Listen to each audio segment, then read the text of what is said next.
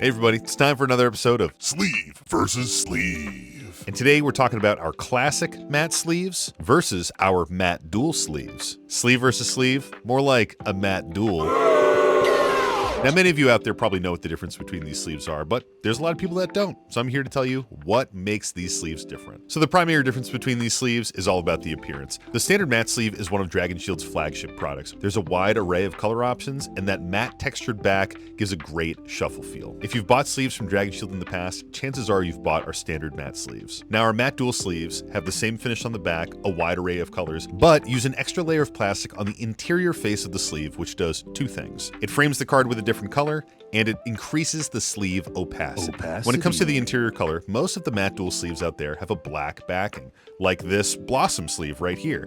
The back is pink, and the inside is black. But we also have our pomegranate and gold and our cobalt and silver sleeves that were done for our 25th anniversary. Were super popular, and we just decided that they were going to be evergreen products. And also we have some new silver sleeves coming out pretty soon, so keep an eye on that. So aside from the color on the interior, let's talk about sleeve opacity. This is actually a really important thing, and one of the reasons why the matte dual sleeves were created. For many of our matte sleeve designs, opacity isn't a problem. The color of the plastic is dark enough where you can't see the card back through the plastic. But for a lot of those lighter colors, like our light pinks, yellows, things like that, there is a little bit of an opacity concern. For many casual players, this isn't a problem, or it's subtle enough where you don't really notice it. But for competitive players, this type of opacity problem could lead to deck checks and potential disqualifications. The black, silver, or gold interior panel on our matte dual sleeves solves this by increasing the opacity and making sure that you can't see the card back through the sleeve. And this also allows us to experiment with lighter colors that we wouldn't be able to do with our typical matte design, like our Blossom and Gooseberry colorways that were released last year. Now you might be thinking, Sam, there's an extra layer of plastic in these sleeves. Isn't that going to make my deck a little bit thicker? And the answer is, not really. The sleeves are designed so when the plastic is bonded together, it's equivalent to the thickness of a typical matte sleeve that you would get. Let's look at a side by side with two commander decks, one sleeved in our matte sleeves and one sleeved in our matte dual sleeves,